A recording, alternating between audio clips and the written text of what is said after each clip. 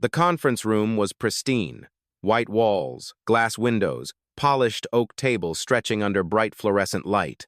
12 executives sat in tailored suits, laptops open, coffee mugs steaming. At the far end of the table, a young woman in a plain white blouse adjusted her seat. She looked like an intern, quiet, reserved, her briefcase resting neatly on her lap. No designer jewelry, no nameplate, just patience. Then it happened. One of the senior managers, navy suit pressed, red tie knotted too tight, stood abruptly. In his hand, a mug of fresh coffee. He walked around the table with slow, deliberate steps until he towered above her chair. "Here's your gift," he said, voice loud enough to echo across the room. And with one sharp tilt, he poured. The liquid splashed over her braids, streaking down her cheek and collar. It dripped onto her blouse, across her hands, and spilled over the stack of documents she had placed carefully in front of her. Pages curled instantly, ink smearing into dark stains. A hush spread like a wave. Some executives froze mid-note. One woman at the far side of the table raised her phone slightly, uncertain if she should record. Another stifled a laugh behind her palm. A nervous cough broke the silence, then faded. The intern did not move. She didn't even brush the coffee away. She sat perfectly still, eyes closed, her jaw steady, the hot liquid dripping down like an unwanted crown. The man adjusted his tie, smirk tugging at his mouth. "That's the thing about interns," he said with exaggerated confidence. "They need to learn humility. If you can't handle pressure, you don't belong here." A ripple of chuckles followed. Some leaned back in their chairs, amused. Others glanced down at their notes, pretending not to see. But her silence wasn't surrender. It was calculation. From the corner of the room, a young analyst frowned. His hand hovered over his phone before sliding it onto the table, camera facing up, red light blinking as it began to record. His eyes flicked around nervously, but his jaw stayed tight. The man with the empty mug tapped it against the table like a judge's gavel. "This is business," he declared. "Survival of the fittest, and she," his finger jabbed toward the woman soaked in coffee, "isn't fit for this room." Still, she did not respond. Not yet. Before we continue, where are you watching from? Drop your city or country in the comments below. And if you believe in dignity and justice, hit like and subscribe. These stories spark change. And we're glad you're here. Now, back to her. Her breathing was steady. In her mind, old memories pressed forward. Being 16 told she was lucky to even sit in the room, being waved off at 20, mistaken for support staff in a board meeting she had organized. Every slight, every smirk, every dismissal, they had built this moment. Across the table, a woman in a gray blazer leaned toward her neighbor and whispered, "Interns like her never last." The laughter softened. The young woman finally opened her eyes, calm, focused, coffee dripping from her sleeve, documents ruined, but her presence unshaken. The man scoffed, mistaking her composure for defeat. He straightened his tie once more and said, "Let's continue the meeting. We don't need distractions." But the real meeting hadn't even started. She didn't wipe the coffee away. She didn't ask for a towel. Instead, she straightened her back, her chair creaking softly under the weight of silence. On paper, she was an intern. That's what her badge said. That's what the HR emails confirmed. That's what everyone in this room believed. But the paper lied. Her name was Maya Coleman, 24 years old, MBA from Stanford. Daughter of Charles Coleman, the black CEO who had built this multinational from the ground up, steering it through recessions, acquisitions, and global expansions. The same Charles Coleman whose portrait hung framed in the lobby 3 floors below. Maya had walked into this building 3 weeks ago under the radar. No press releases, no entourage, just a plain white badge stamped intern. She insisted on it because she needed to see it for herself how her father's executives, the people entrusted to carry his vision, actually treated those they thought were powerless. This morning was supposed to be routine. Sit in on the management meeting, take notes quietly, blend in. But as her blouse dripped with coffee and laughter echoed around her, Maya realized the mask she wore was not just working, it was exposing. She looked across the table. The men in tailored suits weren't strategists anymore. They were spectators, watching a humiliation unfold like a sport. She caught their smirks, their sideways glances, their calculated indifference. And she knew this was why she came. 3 weeks earlier, her father had warned her, "They won't respect what they don't recognize." But silence will tell you everything. Listen to how they speak to the lowest rung. That's the truth of their leadership. So she listened, and today they showed her everything. One executive whispered loudly enough for others to hear, "She'll quit before lunch." Another slid her ruined documents aside with 2 fingers, like pushing trash off the table. A woman in a sharp blazer muttered, "If she can't even handle coffee, she'll never survive the market." The young analyst in the corner clenched his fists. His phone was still recording, the lens catching every detail, the dripping blouse, the ruined papers, the smirks on the faces of managers paid to uphold integrity. Maya stayed silent, but inside, the storm gathered, because she wasn't here to prove herself. She wasn't here to climb some ladder.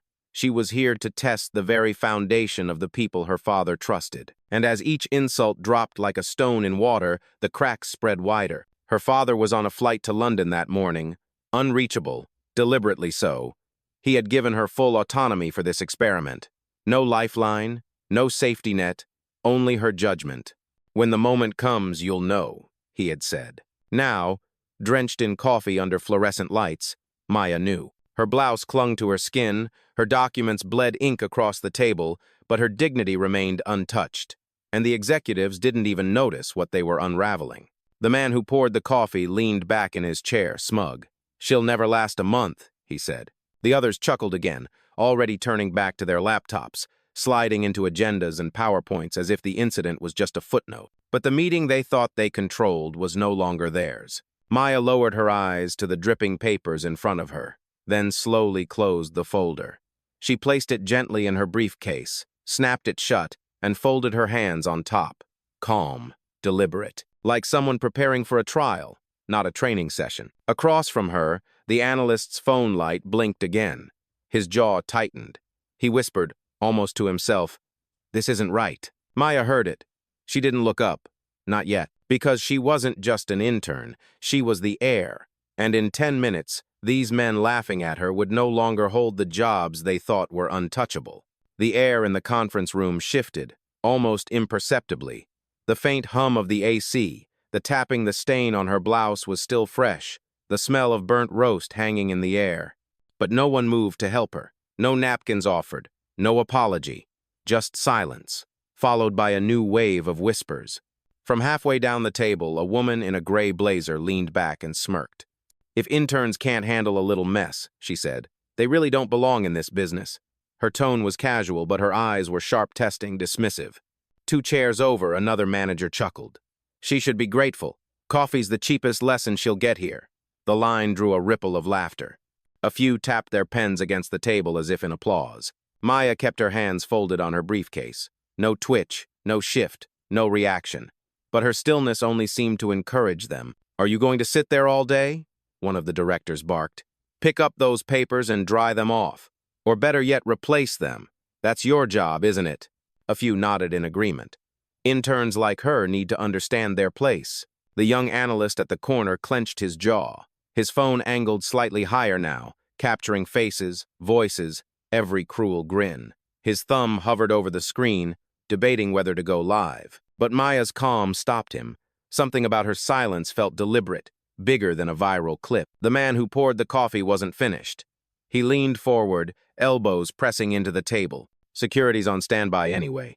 If she can't follow basic directions, we'll have them escort her out. Saves us time." "Good idea," another executive muttered, eyes never leaving his laptop. "We don't need frauds sitting in on strategy meetings." That word fraud landed heavy. Heads nodded. Murmurs spread.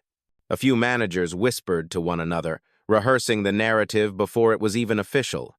She was an intern who didn't belong, maybe even faked her credentials. At the far end, a woman in pearls raised her brow. "Did HR even clear her? She doesn't look like she passed through proper channels." The laughter picked up again, sharper now. Each insult wasn't just directed at Maya, it was layered into the culture of the room, a performance of superiority disguised as corporate banter. Maya's blouse clung tighter with every passing minute, but her composure didn't crack. She let their words echo, let the air grow heavier with arrogance. Every insult was evidence. Every sneer was testimony. And still, she said nothing. The man in the navy suit finally pushed back his chair with a scrape. "That's it. Security will handle this." He reached for the landline on the wall. his voice already rising. "We've got a disruption in Conference 3. Unauthorized personnel. Send someone up." Click. The call was made. Maya lifted her eyes, just slightly. Calm. Patient. As if she had been waiting for exactly this moment. The countdown had reached its first strike. The faint shuffle of papers, ordinary sounds, suddenly felt heavy, like static before a storm. And Maya sat in the center of it all, still soaked, still silent, holding a truth that could collapse every smirk around her. The executives didn't know it, but the countdown had already begun. The landline clicked back into place, the echo sharp against the conference room walls. The call was made. Security was coming. Every pair of eyes shifted toward her, some with mockery, others with detached curiosity, like spectators at a game they thought they understood. But she didn't rise. She didn't argue. Maya sat still, hands folded neatly on her briefcase, back straight, chin level. The coffee stain spread across her blouse, a brown map of disrespect, but her face remained unreadable, not passive, not broken, just steady. The man in the navy suit sneered. "Did you hear me? They'll be here in 5 minutes. You'd better start walking yourself out, save us the trouble." Maya's eyes met his, just for a second. She blinked once, slowly, then lowered her gaze again. No words, no fight. The silence pressed harder than any argument could. Across the table, one of the directors chuckled nervously. "She thinks staying quiet makes her look strong. It just makes her look weak." Another added, "She's already done here. Look at her soaked, cornered, and not even defending herself." But their words carried a tremor. Because in the back of their minds, silence was harder to dismiss than shouting. The young analyst at the corner could feel it. He leaned forward slightly, eyes narrowing, phone still recording from the tabletop. Something about her composure unnerved the room. It wasn't the silence of someone broken. It was the silence of someone waiting. Maya inhaled slowly. The breath steadied her, and with it came memory. She remembered being 16, sitting outside her father's office when a board member passed by. He looked at her clothes, her skin, her youth, and said, "Are you here to deliver something? We don't take walk-ins." She remembered being 20, shadowing her father at a shareholder meeting. A vice president tapped her on the shoulder and whispered, "Coffee service is that way." Each insult, each dismissal, each reduction of her identity had hardened into quiet steel. And now, drenched in literal coffee, Maya realized she was carrying every memory into this moment. One of the managers snapped, "Why isn't she saying anything? Intern, do you hear us? You're done here." Maya's lips parted just slightly, but no words came. She pressed them together again, letting the tension grow heavier, because she understood what they didn't. Silence wasn't surrender. Silence was evidence. The room filled with the sound of shifting chairs, tapping pens, nervous laughter covering unease. And still, she remained still anchored, deliberate, untouchable. Security was on its way, but so was the truth. The door hadn't opened yet, but the mention of security already shifted the atmosphere. The executives leaned back in their leather chairs, smirks hardening into satisfaction, as if justice was already on their side. But in the corner, a different story was unfolding. Ethan Park, 26, junior analyst, sat with his phone half hidden under a notepad. His thumb hovered, nerves sparking with every heartbeat. He'd been quiet all morning, eyes darting between the older men who dominated the table. But when the coffee hit Maya, something in him snapped. He pressed record. The red light blinked, silent, steady, capturing everything. At first, he thought he was just gathering proof, something he could maybe show HR, even if it went nowhere. But as the insults piled up, his phone became more than a device. It was a witness, one that couldn't be silenced. He looked at her, the intern who hadn't moved, who hadn't said a word. Her blouse was stained, her papers ruined, but her posture unshaken. Ethan whispered under his breath, barely audible, "This isn't right." Across the table, his words landed, not with everyone, but with one. Rachel Miller, mid-30s, marketing lead, shifted uncomfortably in her seat. She glanced at Maya, then at the men laughing. Her jaw tightened. She hadn't raised her phone, but her conscience was louder than their jokes. "Do we really need security for this?" Rachel asked softly. Her question sliced the air. The man in the navy suit turned sharply. "Yes, we do. She's not supposed to be here. This isn't a daycare, it's a boardroom." Laughter bubbled again, but thinner this time. The cracks were showing. Ethan's voice was louder now, steadier. She hasn't said a word. She hasn't broken a rule. Why are we treating her like a threat? Eyes turned toward him. The youngest in the room, the least powerful, daring to speak. A director scoffed. Watch yourself, kid. You'll be out the door with her if you're not careful. But Ethan didn't lower his gaze. His phone was still recording, its lens catching the entire exchange. Rachel exhaled, then pushed her chair back an inch. He's right. This looks bad. The room stiffened. For the first time, not everyone was laughing. Maya remained silent, but her eyes lifted, meeting Ethan's, just for a moment. A flicker of acknowledgement. Not gratitude permission. Ethan swallowed hard. He didn't know who she was, but he knew enough. Silence didn't mean weakness, and he wasn't going to let the silence belong only to the powerful. The conference room's balance had shifted. The mockery was still loud, but now, so was doubt. And when the door finally opened, footsteps echoing against the floor, it wasn't just security walking in, it was the weight of witnesses ready to matter. The door cracked open. 2 security officers stepped inside, uniforms neat, expressions blank. Their presence made the air even heavier. The executive straightened, confidence surging back now that muscle had arrived. The man in the navy suit waved them forward. That's her. Remove her from the room. One of the officers hesitated, eyes flicking from Maya's soaked blouse to the smug faces around the table. He hadn't heard the story, only the command. Still, doubt lingered in his stance. Maya didn't move. Her hands stayed folded over her briefcase. Her eyes, calm but steady, fixed on the officer. Wait a second. Rachel spoke again. Her voice trembled but carried. She hasn't disrupted anything. She hasn't spoken. This doesn't look right. The navy-suited manager turned on her, venom in his tone. Stay in your lane, Rachel. You're not here to defend interns. You're here to deliver campaigns that work, which you haven't done in 6 quarters. The insult cracked through the room. Rachel flushed, but she didn't back down. That doesn't change what I saw. She's being humiliated, and now you're escalating it. Escalating? The manager barked. He jabbed a finger at Maya. This is escalation. An unverified nobody sitting in a management meeting, wasting our time, pretending to matter. Fraud. That's what she islanded. The word fraud echoed like a slap. A few executives nodded, emboldened by his tone. One leaned forward, adding, You think just anyone gets to sit in here? No credentials, no authority. We don't let fakes linger. Another scoffed. HR messed up. She should have been gone before she ever touched that seat. The officers stepped closer. One reached toward Maya's chair. Ethan stood abruptly. His chair screeched against the floor. Stop, he said. His voice cracked but didn't break. You can't call someone a fraud without proof. She hasn't even spoken. The room froze for a beat. Every head turned toward the youngest man in the room. The director nearest him sneered. Sit down, kid. You're on thin ice already. Ethan didn't sit. His phone was still recording, the red light steady. If this is how we treat people, silencing them, dragging them out for existing, then maybe we're the frauds. Murmurs rippled. The officers looked uncertain now, caught between orders and the uneasy weight of too many watching eyes. The navy-suited manager slammed his palm on the table. Enough. Get her out now. She's not a client, not an employee, not anyone worth our time. But Maya finally lifted her head, eyes sharp, voice calm. So sure of that? The room went silent.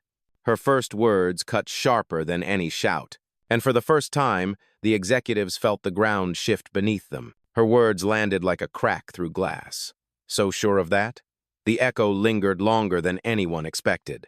The navy-suited manager blinked, startled for half a beat, then scoffed. Don't get clever with me. You don't even belong in this room. He leaned forward, yanked the ruined folder from her briefcase, and tore it open. The papers slipped out in a messy cascade, fluttering down the polished table. Coffee stains bled across them, pages sticking together, curling at the edges. A few slid onto the carpet with a wet slap, leaving brown splotches as they landed. Look at this, he sneered, holding one page up between 2 fingers. The paper sagged, heavy with liquid, ink blurred into an unreadable smear. Worthless, just like her. Laughter followed, shallow, uneasy. Another manager nudged one of the fallen pages with his shoe, smearing it further into the fibers of the carpet. Security can collect her and the garbage at the same time. Maya didn't move. She didn't bend to retrieve the ruined documents. She sat still, posture unbroken, eyes forward. Her silence made the mess on the floor look like theirs, not hers. Rachel inhaled sharply. That's enough. Her voice cracked but carried across the table. She hasn't done anything wrong. The manager rounded on her, venom flashing. You want to defend her? Fine. Pack your desk and join her outside. Gasps flickered around the table. Rachel froze, but Ethan's voice rose, steadier than before. You're humiliating her in front of everyone, and now you're threatening colleagues for telling the truth. The director beside him slammed a fist onto the table. Quiet, boy. You're lucky to even sit here. The tension thickened, humming in the fluorescent air. The officers near the door shifted uneasily, their eyes flicking from the scattered papers on the floor to the executives shouting over one another. They had been summoned to remove a threat, but all they saw was a soaked intern and managers tearing into her like a pack. The Navy suit jabbed a finger at Maya. Enough games. She's not one of us. Get her out now. One officer stepped forward, hand hovering near her chair. The room held its breath. And then another voice rang out, sharp, cutting clean through the chaos. She's not the problem, you are. Every head turned. Rachel was standing now, chair pushed back, hands pressed flat against the table.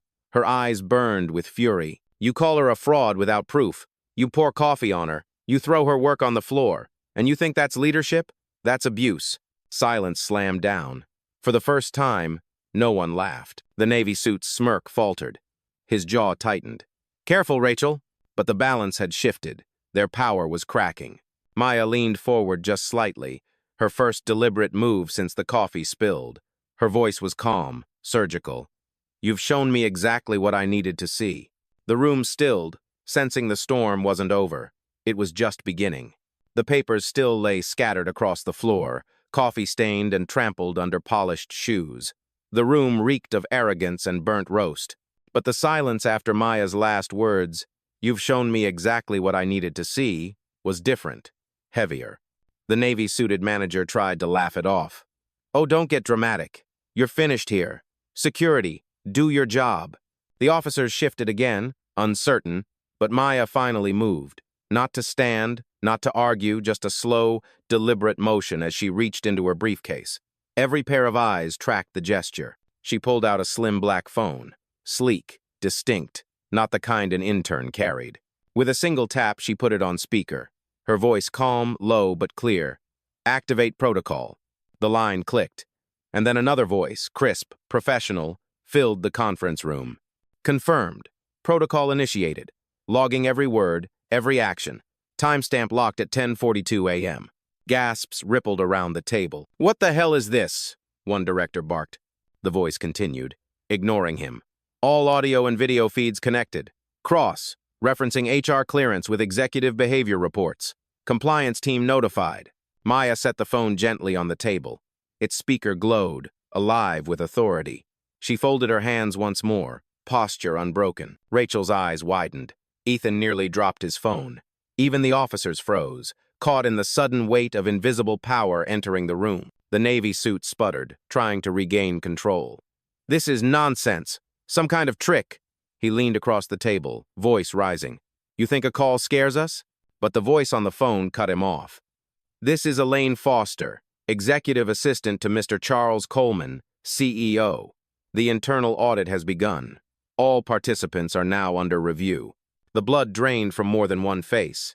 Rachel whispered, almost to herself, Charles Coleman. Her gaze flicked to Maya, realization dawning but still incomplete. Ethan's recording caught everything, the executives shifting uncomfortably, their bravado cracking, the faint buzz of panic under fluorescent lights.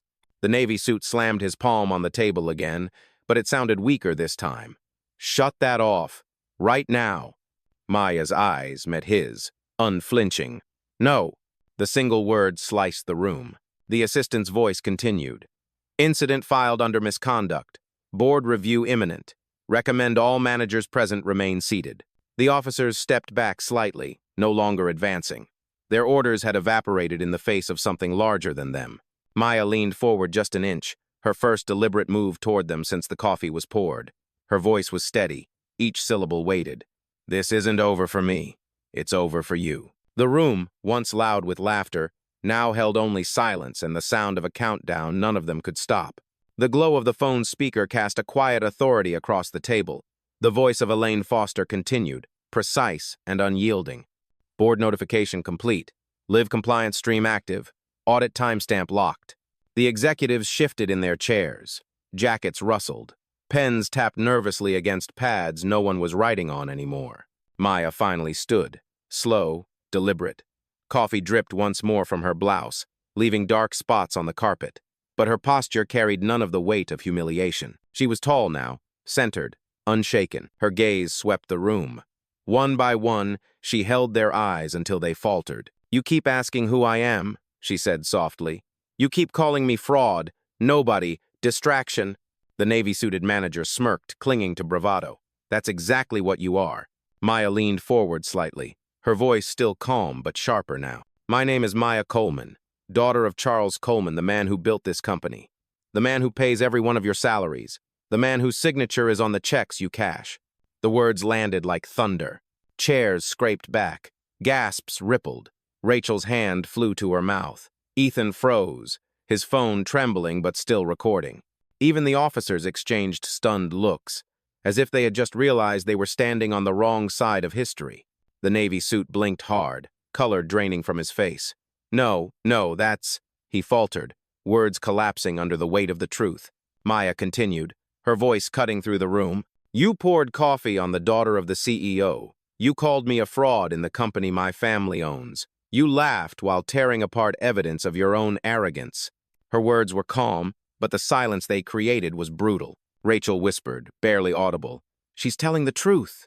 Ethan steadied his phone, capturing the dawning horror on every executive face. He whispered, almost in awe, "Oh my God." Maya's eyes narrowed, her tone sharpening to a blade. "You wanted to see how much I could take, but what you've really shown is how little integrity you have left." The navy suit collapsed back into his chair, staring at the table as if it could save him. The others looked to one another, searching for escape routes that didn't exist. The room was no longer theirs. It belonged to her. The conference room, once buzzing with arrogance, fell into a suffocating silence. The truth had detonated, and its shockwave rippled through every face at the table. Rachel was the first to move her chair, scraping back as she stood, eyes wide. She looked from Maya to the others, her voice trembling. You just humiliated the daughter of the CEO." Ethan's recording didn't waver. His camera lens caught the panic, the disbelief, the way power drained from suits that had seemed untouchable minutes earlier. The navy suit tried to recover, words stumbling out like broken glass.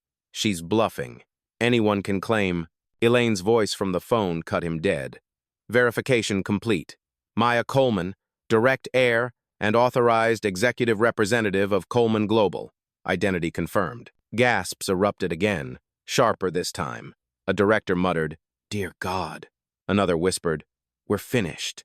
The two officers stepped back, suddenly hyper-aware of where they stood.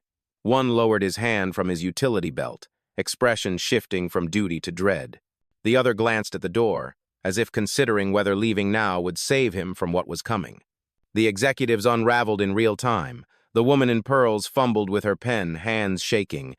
The director who had called Maya a fraud pressed a hand to his temple, whispering curses under his breath. Even the smirking junior manager who had kicked her papers away was pale now, lips pressed tight as if holding back vomit. Rachel found her voice again. "Do you realize what you've done? Every insult, every threat, it's been logged." She gestured toward Ethan's phone. "It's on video." Ethan nodded, speaking louder now. "Every second, from the coffee to the threats, all of it." The navy suit slumped back in his chair, sweat glistening on his forehead.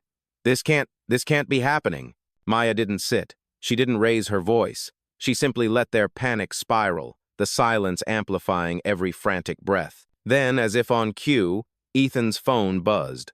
Notifications flashed across the screen, messages, reposts, live shares. He glanced down, eyes widening. "It's already online," he whispered. Heads snapped toward him. "People are watching," Ethan said louder now.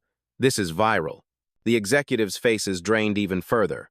The idea of board review was one thing. The idea of the public watching clients, investors, shareholders was devastation. Rachel crossed her arms, steady now. "You've lost control of this room, and the world is about to see it." Maya finally spoke again, calm and measured. Number they already have. The weight of her words collapsed what little composure they had left. The room wasn't just unraveling, it was imploding. The conference table was littered with the remnants of arrogance, coffee-stained papers curled at the edges, their ink smeared into shapeless shadows. Some still clung damply to the wood, others had slid onto the carpet, leaving brown blotches like footprints of humiliation. The executives pretended not to see them, but the mess mirrored their unraveling. Maya picked up her phone, fingers steady. The glow lit her face, calm, unreadable. When she spoke, her words carried like a gavel striking wood. Elaine. Yes, Miss Coleman, came the assistant's voice, crisp, certain. Effective immediately terminate every executive present in this room. Revoke their system access, security clearance, and financial privileges. Lock them out of this building. Gasps erupted. One director's chair screeched against the floor as he half rose. You can't. This isn't. But Elaine's reply was merciless. Command confirmed. Processing now. It began as a sound soft at first, then growing. A chorus of pings and error tones rising around the table. One by one, laptops went dark, screens flashing a brutal message. Access denied. The woman in pearls scrambled, pounding her keyboard as if force could undo the truth. Drops of dried coffee stuck to her sleeve as she clawed at the touchpad. Nothing. Another director grabbed his phone, only to watch as the company app logged out, credentials revoked in real time. He swore under his breath, but the device was dead to him. The navy-suited manager slammed his palm down on the table, rattling the damp papers that clung there. You don't have the authority. Maya's gaze pinned him. Her voice cut clean. I am the authority. The silence after was heavy, final. Elaine's voice returned, steady as stone. All accounts revoked, badges disabled, security notified to escort terminated personnel immediately. The officers at the door didn't hesitate this time. They stepped forward, their posture no longer uncertain. Their orders were clear. These weren't leaders anymore. They were liabilities. Rachel exhaled, relief breaking through tension. Ethan whispered, phone still recording, it's over. Maya didn't smile. She didn't gloat. She stood tall in her stained blouse, framed by the mess of ruined papers and the stunned silence of fallen power. You thought humiliation was strength, she said evenly. Now you'll learn what it feels like to be stripped of it. No one argued. No one moved except the officers, who gestured toward the door. The verdict was not shouted. It didn't need to be. It was written across every dead screen, every revoked login, every coffee-soaked page left scattered like evidence on the floor. And this time, there was no appeal. The room that once echoed with laughter now quaked with fear. Executives who had strutted minutes ago sat slumped, eyes darting, hands trembling over dead screens. The authority they wore like armor had been stripped clean, leaving only panic. The officers moved deliberately, their voices calm but firm. You've been asked to vacate. Please follow us. Chairs scraped, hesitant steps shuffled. The managers who had mocked an intern now filed out like guilty defendants, their badges buzzing red against locked doors. Rachel stayed where she was, standing beside Maya. Ethan kept filming, his phone steady now, no longer trembling because the story was bigger than fear. Maya let them watch. She didn't gloat. She didn't smirk. She simply stood tall in her stained blouse, her silence heavier than any insult they had hurled. At the threshold, the navy-suited manager twisted back one last time, his voice cracked with desperation. You'll regret this. Maya's eyes met his, unwavering. No, you will. The door shut behind him, sealing the collapse of an empire of arrogance. The silence that followed wasn't empty, it was charged. Rachel exhaled, shoulders easing. Ethan lowered his phone, eyes wide with awe. That was justice, he whispered. Maya finally turned to them. It wasn't justice. Not yet. Justice is making sure this never happens again. Justice is remembering that dignity doesn't come from a title, or a corner office, or a tailored suit. It comes from how you treat the person with no power, because one day, that person might hold it all. Her voice cut through the room like a final verdict. Ethan nodded slowly, the weight of her words sinking into him. Rachel blinked back tears, whispering, they'll never forget this. Maya gathered her briefcase, snapping it shut. Coffee stains still marked her blouse, but she wore them like battle scars, not shame. She headed toward the door, each step deliberate, as if the ground itself bowed beneath her calm authority. Before leaving, she paused, turning back just once. Her final words rang clear, designed to live beyond the walls of that boardroom. You mistook silence for weakness. That was your last mistake. Then she walked out not as an intern, not even just as the CEO's daughter, but as the embodiment of dignity wielded like power. And in that moment, everyone left in the room understood. The real meeting hadn't been about strategy, or markets, or quarterly numbers. The real meeting had been a trial, and Maya Coleman had delivered the sentence.